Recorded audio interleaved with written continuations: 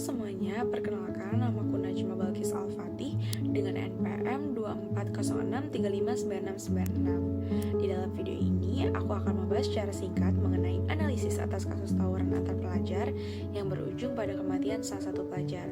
Kasus seperti ini seringkali dipahami sebagai kenakalan remaja, padahal secara hukum ini sudah masuk kategori tindak pidana berat yang melibatkan kekerasan dan juga hilangnya nyawa. Karena itu, ruang diskresi kepolisian sebenarnya hampir tidak ada. Diskresi hanya mungkin untuk pelajar yang perannya sangat kecil atau hanya ikut berada di lokasi. Tetapi, untuk pelaku utama, proses hukum wajib dijalankan karena negara itu harus memastikan keadilan bagi korban.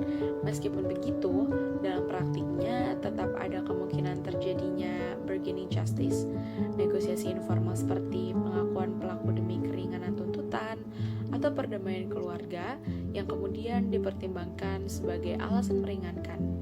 Hal seperti itu cukup sering terjadi, tapi penting untuk ditekankan bahwa dalam kasus kematian, perdamaian tidak menghapus pidana. Bargaining hanya berfungsi memengaruhi berat ringannya hukuman, bukan menghentikan perkara. Jadi, kasus tawuran seperti ini juga rawan menimbulkan miscarriage of justice.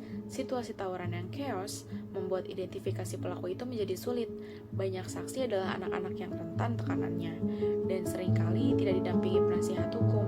Tekanan dari sekolah atau masyarakat untuk segera ada yang dihukum juga dapat membuat proses penyidikan tidak objektif. Disinilah risiko salah tangkap, pengakuan yang tidak sesungguhnya atau tidak sepenuhnya sukarela, atau bukti yang lemah tetap diproses bisa terjadi.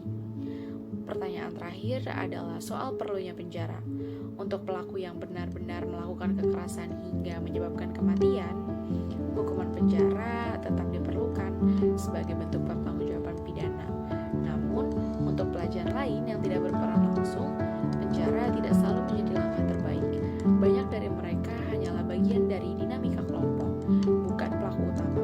Dalam konteks anak, pendekatan pembinaan, konseling, dan juga langkah restoratif seringkali jauh lebih efektif daripada sekadar pemenjaraan.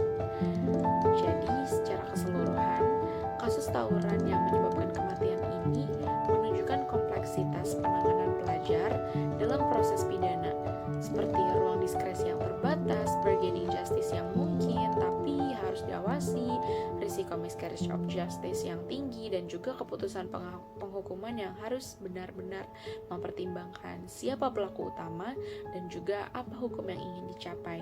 Sekian penjelasan dari aku, terima kasih.